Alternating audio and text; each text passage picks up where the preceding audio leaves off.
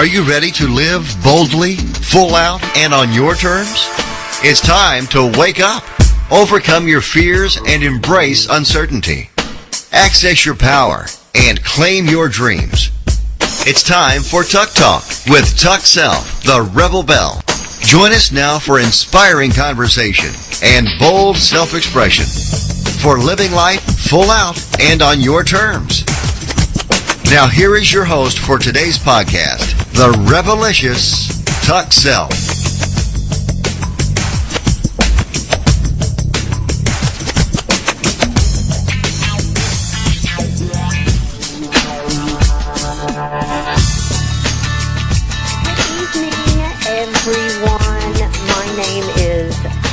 I always say, for those of you who don't know me, my name is Tuck Self.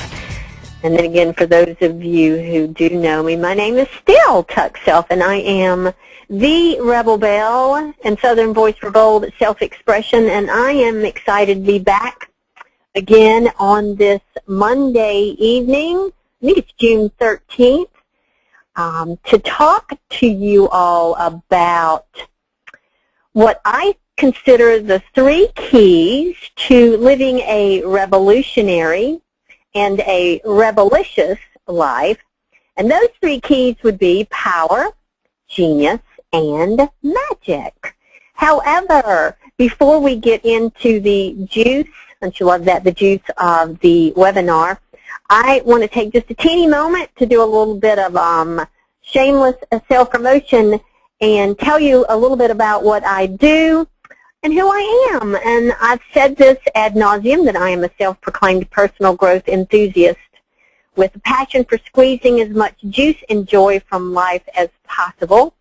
And how I live that out is as a coach, a mentor, and a motivational speaker, and most recently, you all, a best-selling co-author of the book, A Juicy Joyful Life. If you have not read it, grab yourself a copy. It's a compilation of 41 really beautiful stories from 41 amazing women who share their struggles and how they use their life lessons to change their life, to shift and to transform so that they could do what? Live a juicy, joyful, and meaningful life. And I am also the author of The Revolution, which is a book and a workbook that represents, and it is my personal journey, I say, to freedom, liberation, and bold self-expression. And I have put that into 7 steps, and I'm actually going to share those 7 steps with you this evening. I will also tell you that my passion is inspiring and empowering my clients, and I say anyone that's brave enough to step within 5 feet of my energy field, to own their power, and we're talking about power tonight, to trust their boldest voice of self-expression so that they can share that with the world and do it full tilt boogie. That would be on their terms. And I always want to add my 3 Ps, and that would be passion, purpose, and play. Now, when I get going, sometimes I've had people ask me, don't know if they are meaning as a compliment or if they just want me to hush, but they'll say, have you always been this enthusiastic? Have you always been this energetic? And I will share with you that, yes, I have. I've always had boatloads of energy and passion. The only problem is that it's been tremendously unchanneled. You know, I was one of those kids who could never stay still. I was the kid in the grocery line with her mother that was tapping and turning in circles the whole time. Couldn't sit still in church. I've always had this need to move, and so I had to find a way. I've had to find ways to express myself and move my energy in ways that didn't piss people off. So it wasn't until, gosh, I would say, I've had many defining moments in my life, you all, but it wasn't until 1996 when I had one of the life-transforming, defining moments that I want to share with you all tonight as we talk about power, genius, and magic. And to share again that much of this story is in the book, A Juicy Joyful Life. And in my story, A Juicy Joyful Life, so I'm not going to tell you the whole story tonight, but humor me here as we lead into the 3 keys.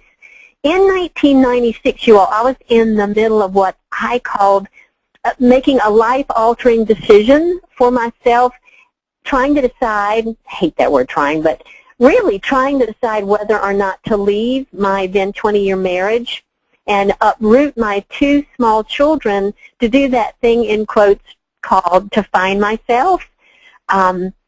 You know, by outside standards at that time, I looked like I had the perfect marriage, and I looked like I had the perfect life. I mean, everybody would say Tuck and Bruce have the perfect marriage.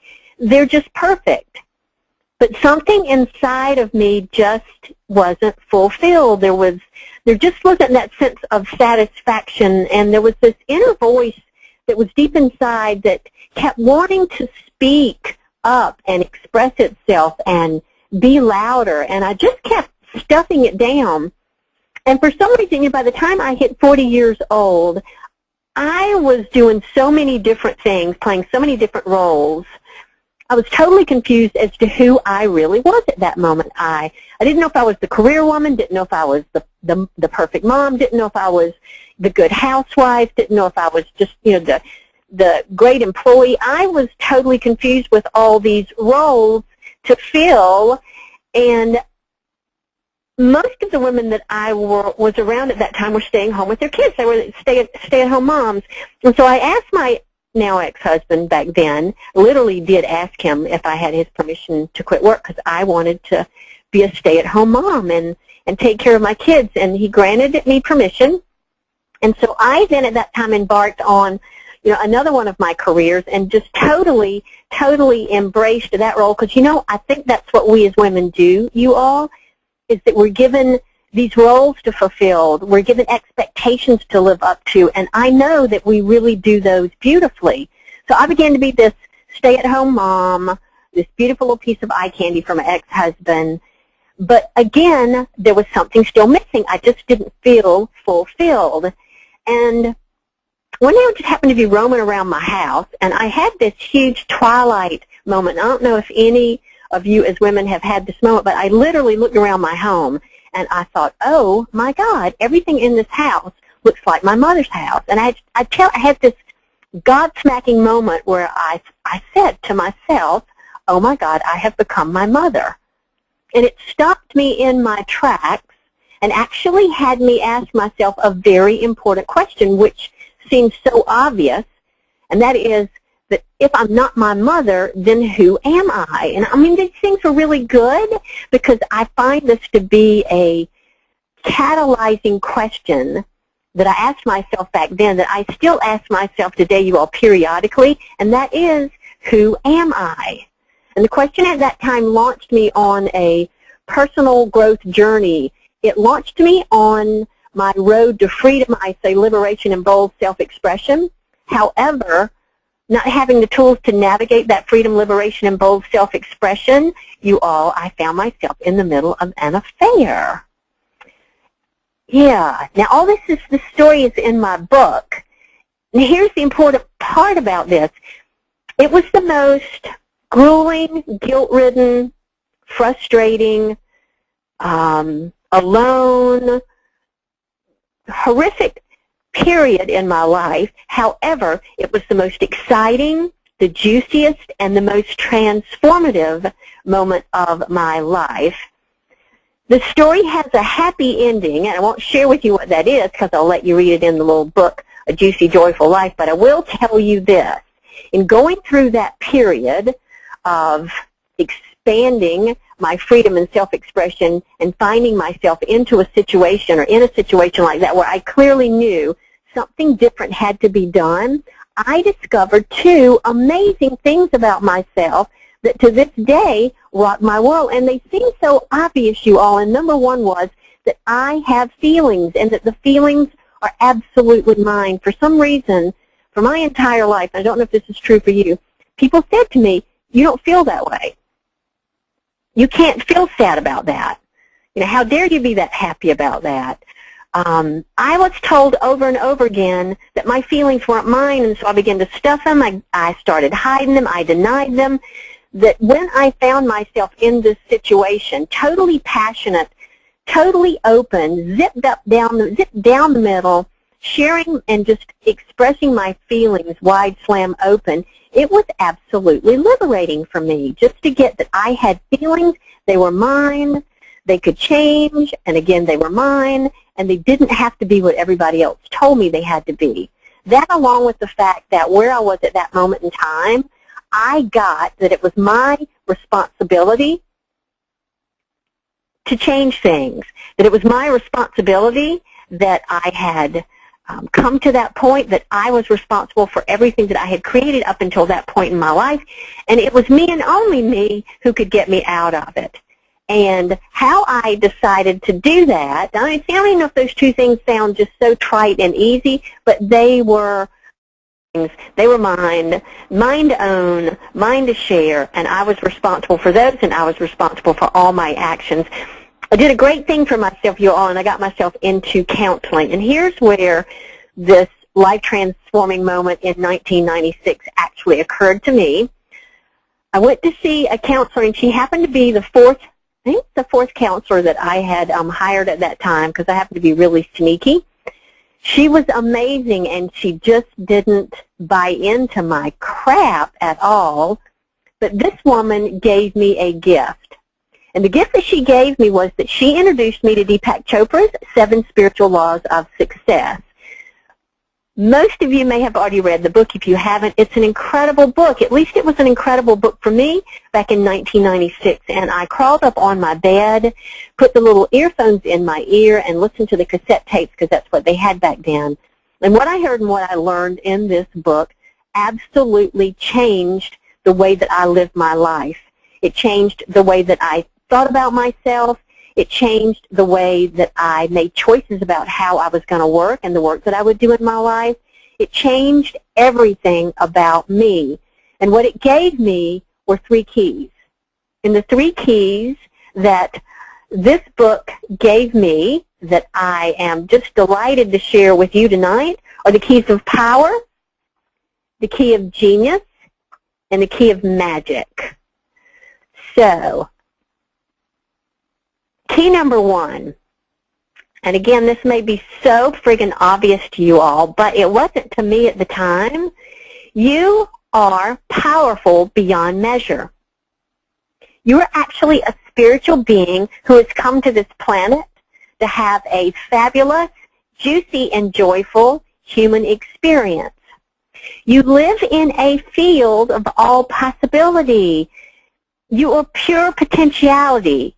Anything that you want really and truly is yours if you just understand how the laws of the universe work and how you can take your intention and your heart's desire and focus on that essence and absolutely align yourself and play with the Creator to manifest anything and everything that your little heart desires. The only thing that you have to do is to align with your higher self. And it sounds so simple. And it is simple. I say if we just sit back and allow ourselves to embrace the freedom of being who we are, again, a spiritual being here to have a fabulous human experience, and we boldly just allow ourselves and give ourselves permission to be that, Katie barred the door, that is the freedom of bold self-expression. Now, here's the interesting thing that I find, and that is that most of us, when we come to the planet, the thing that we don't do is feel that power and feel that sense of freedom to actually be who it is that we are. I was trained to be like everybody else, seriously. I was given a model to live up to. I was given an expectation to live up to. I was shown all these other Southern women and models to model myself after and to even model my behavior after. That's how come by the time I reached the age of 40, I was totally confused about who I am. Even when we go to school, I think we are trained and homogenized to be like everyone else. And I, at the ripe old age of 58, have just decided that I made a decision to come to this planet, and I'll just be doggone if I'm going to live on this planet being anyone other than who I am, because I only get to come here one time. Well, maybe not just one time, but I might as well be who I am. So it just begs the question, you all, do you know who you are? So tonight I'm going to give you a little exercise, and I want you to take out a sheet of paper, And I'm going to give you a series of questions to ask yourself. And what I want you to do is not even ponder with each question. I'll ask you the question, and then if you'll just write your immediate answer. We're going to play a little game, and we're going to see what we can reveal to you about the truth of who you are. So question number 1, you all, is, who am I? And just write your first answer. Don't think about it. Don't spend a lot of time there. Who am I? Even if I were to unmute the phone and to say, who are you, what would your answer be? Question number 2, what do I love about me? What is it that I love about myself? And you should just write forever on that one, because I know there's got to be boatloads of things that you love about yourself. And then question number 3, what am I passionate about? Question number 4, what is it that I love to do? What is it that really gets your juices flowing, you all? Then write that down.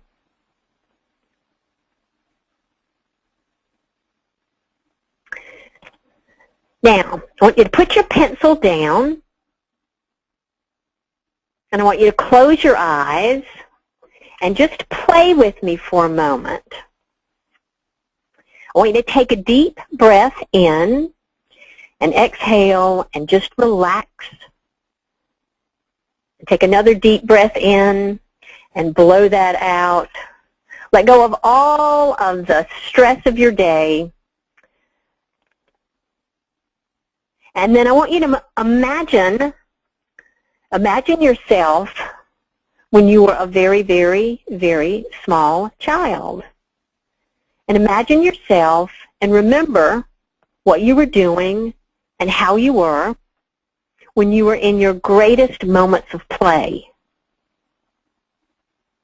Perhaps you were playing with your friends. Perhaps you were in your room alone playing with your toys. Maybe you were in your yard on your swing set. Maybe you were at the seashore, at the beach, playing with your friends.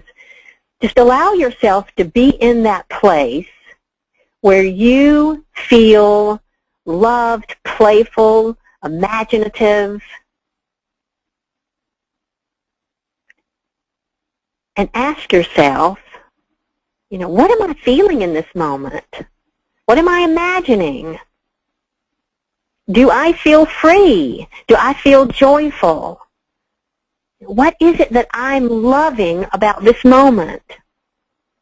Do I feel an absolute sense of freedom and playfulness? And just be with who you are in that moment, in all of your rebellious juice and joy. And take it all in. And notice how you're feeling. And then take it in for one more moment.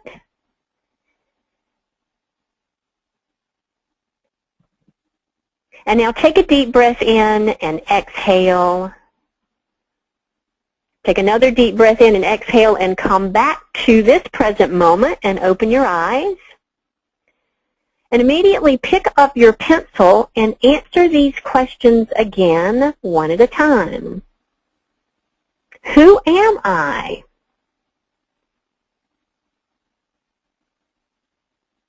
And what is it that I love about myself, especially from that moment that I just experienced, being the joyful, playful, liberated me? What am I passionate about? And what is it that I love to do? What is it that I love to do? Now, I don't know if this is true for you, but it's certainly true for me when I do this exercise, and it's certainly true for many of the individuals that I work with.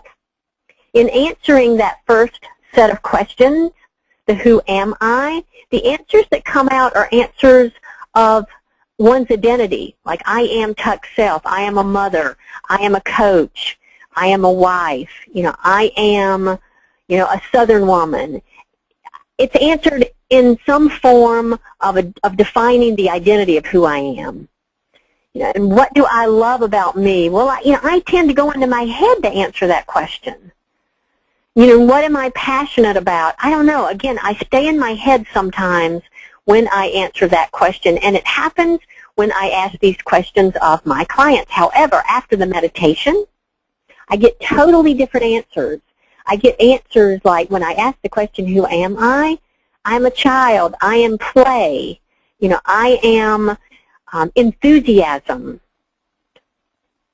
What do I love about me? I love the fact that I just want to let go and do what it is that I love to do. So key number one, you all, is power. You have amazing, amazing power. You've come to this planet to be God's love on earth, to experience yourself as an unleashed spiritual being, playing, experimenting, and experiencing a fabulous human experience, being who you are, not who your mother thinks you are, not who your dad thinks you are, not who your friends want to be, but you. So key number one, own your power and be who it is that you want to be. Key number two, you all, key number two is genius. You not only have power, you have and you are an absolute genius. And genius comes in loving what you do. Each and every one of us has been given, Deepak Chopra told me, a unique gift, skill, and talent. There is something that I do, and there's something that you do that is so fabulously unique, that is so individual, that is a skill and a genius and a talent that's yours, that's unparalleled by anyone else. And that your job in this lifetime is to find that thing, to find that passion, to find this thing that you do better than anyone else. And it's not something necessarily that you have to go to school to get better at, to go to school to enhance the skills. This is something that is latent in your DNA. To me, it's that light within you that's just waiting to be unleashed and shared with the world. And how you do it is by looking at the things that it is that you love. You know, what is it that you love to do? When you were answering the questions a minute ago, what are you passionate about? And what is it that you love to do? Because you have a genius, and your genius is what you have come here to share with the world. Now, I am a huge proponent of people discovering their life purpose. I actually think we have two purposes for being on the planet, you all, and one is to evolve from fear into love, to actually just evolve ourselves as a spiritual being. Because remember, we're that spiritual being, and we've come to this planet to have this juicy experience, and there are going to be boatloads of things that get in the way of us doing that, which is part of the fun of life. However, we all have a specific purpose for being on the planet. So I don't know if you guys are familiar or not with your purpose, but I thought we'd play a little exercise, because it's going to be an evening of exercise. And if you don't know your life purpose, we're going to play with a little life purpose formula to give you your first experience of creating that form of what your purpose might be. So again, I'm going to give you a series of questions to answer. So if you've got your sheet of paper, I want you to take a deep breath and just go with the flow. And when I ask the questions, just write the first answers that come to your mind. What are my gifts, my skills, and my talents? What are the things that I'm inherently good at doing? What are the things that people tell me I do? People come to me for this. And they're things that I do naturally.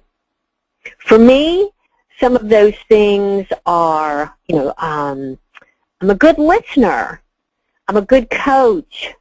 I easily inspire. I make people laugh sometimes. I'm quick. I'm actually really quick. And I'm a good mover. Remember, I told you I love to express myself, and I love to tap, and I love to move. What are the gifts, skills, and talents that you possess? And write those down, because we're going to play with those in a minute. What are qualities that you like about yourself? What is it that you do well? Not that you made an A in school with, but things that you just love to do, and you do them well. They're your gifts, your skills, and your natural talents. You're genius. And then the second question, what do you love to do?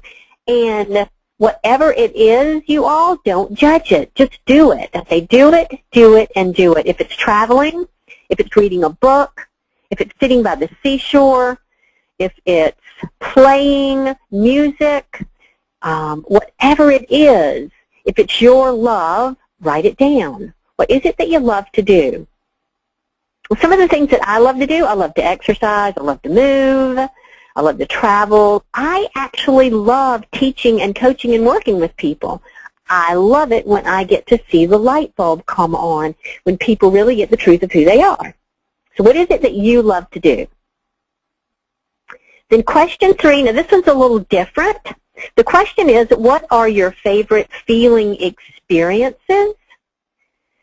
That can also be asked, you can look at them as being values if you want to. I like to think of them as my essence words, the things I feel when I'm doing what it is that I love to do, the things that I feel when I feel like I've been touched by the face of God, when I am totally lost in what it is that I'm doing, so much that I do lose all track of time. And my favorite feeling experiences are freedom, fun, spiritual community, connection, contribution, flow. Those are just a few of my feeling experiences. Yours could be wisdom. They could be passion. They could be harmony, peace, balance. Whatever those feeling experiences are for you when you're doing this thing that you love to do. And then the last question, what is it that you want for the world? What impact do you want to have on others? And what impact do you want to have on the world? What is it that you wish everybody in the world could be, do, or have, or feel? For me, I just assume everybody squeeze as much juice and joy out of their journey as they possibly can. Or, I'll say for the purposes of tonight's call, my wish for the world is that everybody would absolutely get and tap into their power, their genius, and their magic. And then based on how you answered those questions, I'm going to give you a little formula so you can fill that in. Here is your life purpose formula. So based on how you answered those questions, all you have to do here, you all, is to fill in the blank. Where you listed the skills and the gifts and the talents that you had, where you see it say, my life purpose is to be blank, you get to fill in that space with your qualities, with your gifts, with your skills, and your talents. So in my case, it could be my life purpose is to inspire and empower, because there's just two things, two gifts and two talents that I have. So fill in the blank there. My life purpose is to be my gifts, my talents, and my skills, whatever that is for you, while and here's where you fill in the blank about what it is that you love to do, whether it's travel, whether it's read a book, whether it's to sit by the ocean, whether it's to take care of people. Well, it doesn't matter what it is. The while I blank, this is where you fill in what it is that you love to do. Next line, so that you can create, so that you can live a life that is filled with your essence words. So in my case, so I can live a life that is filled with freedom and fun and spiritual community. So put your essence words, your feeling experiences there. And then the last line, and create a world where, and this is where you put in what it is that you want for the world, the impact that you want for the world. And again, mine would be, if I had to read mine based on what I filled in the blank for tonight, it would be that my life purpose is to inspire and empower while I teach, coach, and listen to others so that I can live a life that is filled with fun, freedom, spiritual community, connection, contribution, and flow, and create a world where everyone embraces their power, their genius, and their magic. And it's a great start for a life purpose, you all. I know that people wonder all the time, how do they discover what their purpose is? Here's a great formula for you. And what I love about this formula is that it can change, it can morph. You know, the form that you embrace to fulfill this life purpose is not what's important. What is important is the feeling experience that comes from being who you are, which is all about being your power, doing what it is that you love to do. So now you know you've got power. You know you are genius. It's not just that you have genius, you are genius. How do we get to that third key, which is magic? Because this is about you being the magic that you are, you creating absolute magic in your life. Magic has everything to do, you all, with finding a way to serve, finding some form, whether it's a job, whether it's a part-time job, whether it's a hobby that you do, whether it's a way that you have found to contribute, to be philanthropic, and to give back to your community. The form doesn't matter. If you can find a way to serve, being who you are, being a spiritual being, having this fabulous human experience, allowing yourself to express your genius, this unique talent that you've been gifted with, and you do that in service to others. Deepak Chopra told me in the 7 Spiritual Laws of Success that this was success. This was success. Being who I am, embracing my power, doing what it is that I love to do, which is to express my genius and to share it with others in service to the whole, that was success, fulfillment, and abundance.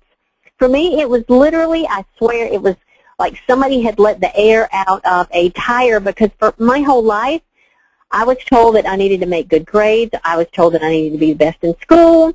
I was told that I needed to go to the right college. I needed to marry the right man. I needed to create that perfect life, and that was going to be what created success and fulfillment and magic in my life. And this book told me that wasn't necessarily true. This book gave me 3 amazing and very simple keys. Be who I am, a spiritual being having a fabulous human experience. Do what it is that I love to do, me, and do that in service to other people, to get that feeling that had just, I just couldn't find that feeling of fulfillment, that feeling of satisfaction that eluded me for so long. This was it. And I'm telling you all, it totally changed the way that I chose what kind of work I would do then, and to this day, it is the litmus test by which I choose not only what I want to do, but who I want to be with. It has to carry those essence words. It has to allow me to be who I am. And it has to be a place where I can share the truth of who I am, doing what it is that I love to do. Because every single one of us have come to this planet, and we've come to the planet with enormous power. We've come to the planet with a specific genius. And there are people here who are waiting to be served by your power, your genius, and your magic. And it's only when you own that, only when you align with that, only when you allow that those people can find you. And there's enough to go around. There's more than enough. So the 3 simple keys that you have this evening to living a revolutionous and a revolutionary life are power, genius, and magic. Now, you might still ask, okay, Tuck, how do I do that? I mean, how do I do it? going to share the answer to that with you, but first I'm going to give you a very simple question that you can ask yourself. And, throughout the past couple of years, when I've been on this personal growth and empowerment journey of mine, I've had this question asked of me, and I used to kind of flip it off like it was just too simple. But if you ask yourself, if you had all the time and the money in the world, that was not an issue for you, not a fear, not a resistance, you had all the time and the money in the world, what would you do? If you would still do what you're doing right now, then you are living your power, you're living your genius, and you're creating absolute magic in your life. If you don't feel like you can say yes, I'm going to share with you all, and I shared this last week, and these seem like really simple steps to living a life of joy, a life that's creative, a life of ease.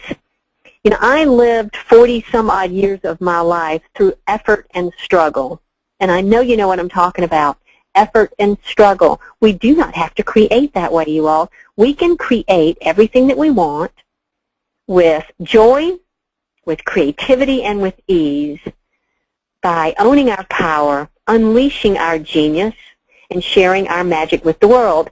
Now, I said that in the Revolution, which was my book and my workbook, that I share with folks the 7 steps that I have. I've laid them out because they're the steps that I use to live a life of absolute freedom, liberation, and bold self-expression. They're steps that I continue to cycle through over and over again. And so part of how I work with individuals is going through these 7 steps, because these are the ones that I say have catapulted my life to amazing and magical levels. So we're going to go over them so briefly here. And step number 1, you all, is to celebrate who you are, to celebrate your uniqueness, to be you, to give yourself permission to be absolutely who you are. You don't need anyone else's permission to be, to celebrate, and to express yourself boldly and the way that you want to do that. And I won't speak for you, but I'll say for so many of us as women, we have been trained and we have been told that we have to live up to certain expectations, that we have to play out certain roles. And I'm just here to tell you that's not true. I really do believe that if mama ain't happy, nobody's happy. If you give yourself permission to live at your zenith, to be the powerful individual that you've come here to be, to claim that you deserve to have it all, Katie bar the door. So celebrate, every fabulous part of who you are and every fabulous aspect of your personality, and do it every day. So celebrate you, because you are the center of your universe. Contrary to what your mother may have told you, you are the center of your own world. Step number 2 in the revolutionary journey to freedom, liberation, and bold self-expression is to overcome your fears. Now, I always tell people there is no boogeyman in the closet. We all have fears. All God's children, have rampant fears. I really believe that we raised our hands and said, I want to come here to this classroom about fear. And I call it the Classroom 101 about fear. That we decided that part of the fun and the juice of the journey would be overcoming those fears, and in that moment of transformation, being able to feel what that juice feels like, coursing through and being released from your body. I, for one, love challenges. I love the opportunity to overcome, things that stand in my way. I just feel so liberated when I come through on the other side. So if fear and judgment is something that you deny or avoid or just think you don't have, I cannot tell you how many people who tell me, I don't have any fears, Tuck. I don't have any fears. All God's children have fears. We have trigger events, and if we learn and we have the tools to observe those when they come up and we have the tools and the strategies to work with them and to make them our best friend. Again, Katie bar the door, and how you can live your power, express and share your genius, and share your absolute magic with the world.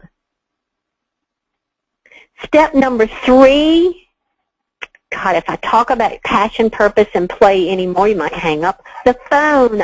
I do really believe that in addition to coming here so that we could overcome our fears and feel the exhilaration of that process, that we have also come here to live out and to fulfill our passion and purpose for being on the planet, and to do it with boatloads of play. I have been one of the most serious little twits that ever lived on planet Earth. I'm telling you, I can be so serious about the work that I'm doing that if you would happen to walk into the room and interrupt me, I would give you that look. I don't know that that's necessarily passion. I don't know that that's necessarily purposeful, but we have come here to be happy, you all, to invest our time, our talents, and our energies in what it is that we love to do. So I'm here today to tell you that you have 150% permission to do what it is that you want to do every day, all day long, and to trust that when you do that, there's power in that. To trust that when you do that, you are expressing your genius, and when you align those two, you will create absolute magic in your world. To do what it is that you love to do, and go back to the formula that you worked with, and check out some of the essence words that you used. Remember, mine were freedom, fun, spiritual community, connection, contribution, and flow, because what I find when people ask me if I want to come do something, whether it's, if it's work, if it's a way to contribute or to help someone, to do anything, if it doesn't give me the opportunity to feel a sense of freedom, if it doesn't carry the component of fun, if it doesn't involve spiritual community to me and connection and a way to contribute, then I immediately know that's not something that I want to invest my time, my talents, and my energy in. So you can use your essence words as a litmus test to aligning with what fulfills your passion, gives you purpose, so that you too, my friend, can experience boatloads of play. So step 1, 2, and 3. Step number 4 on your Revelicious journey is to feel it, and feel it. And you might say, feel what? You're feeling your power, your genius, and your magic. We were given these bodies to live in, you all. We were given emotions to feel. Every thought that we think carries a chemical and an emotional component to it. And that emotion is going to feel happy and jubilant and enthused and joyful and over the top. It may feel bored. It may feel compromised. It may feel mediocre. It may feel depressed, and it may feel sad. Whatever the emotions are, remember, you got feelings, and the feelings of yours, they're yours, and they're yours to feel. It's how come you've come here, and that's to feel the emotions that you feel, so that you know in any and every moment where you are, how you're navigating your physical plane, and whether or not you're in alignment with your power and your genius and your magic. There is no one in your body but you. No one in your body but you. There's no one to trust but you. And we are also taught to trust people, things, and circumstances and authority figures outside of who we are, when it's really the core essence, that connection to that higher self, that connection to our power and genius that allows us, when we're aligned to it, to create absolute magic. So feel it. Feel your life, you all. Step number 5 is to boldly go where you've never gone before. I always say boldly go where no rebel bell has ever gone before. This step is about asking for what it is that you want from your heart. It's asking for what you think you deserve and believing with every fiber of your being that you can create it.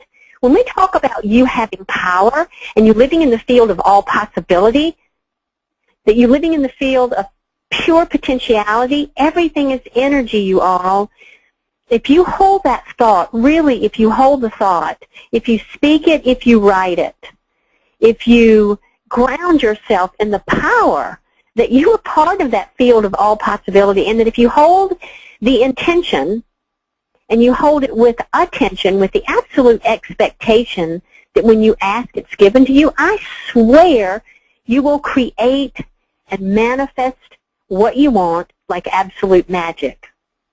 Part of that process is going to take you trusting uncertainty. You know, I lived in an absolute world of control and certainty for the first 40 years of my life.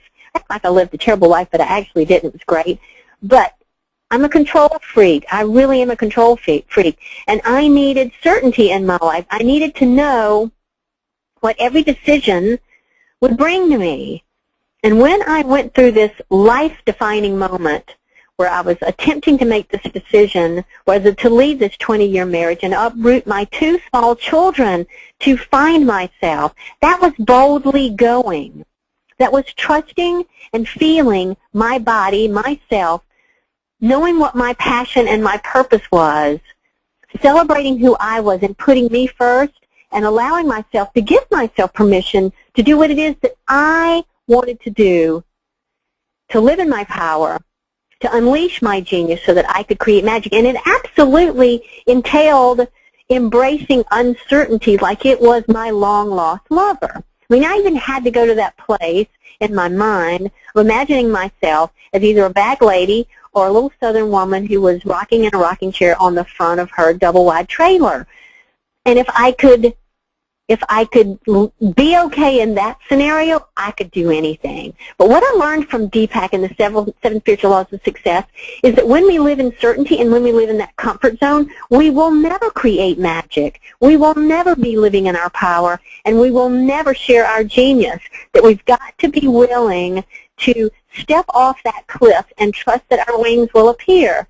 We've got to step into the field of all possibility where there's total unformed energy potential waiting to coalesce and form itself into this experience that we are imagining and imaging that is going to blow our socks off. So you get to make a list tonight of everything that it is that you want to create and manifest in your life, and trust and believe that it's yours, and get up every day and speak it and claim it and boldly go where it is that you've never gone before.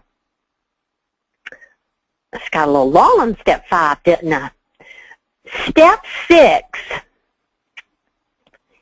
I love this one. This is my favorite one, and it's probably because I consider myself a student of life forever.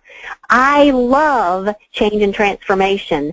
I love it when a challenge comes my way. I'm telling you, I can't tell you how many clients that I have that when they would call me up and say, you know, Tuck, I've got this real big problem or challenge, I would say, oh, wonderful, this is so exciting, this is just great. And they would go, oh my God, what are you talking about? But it is through these challenges and these crises that opportunity manifests.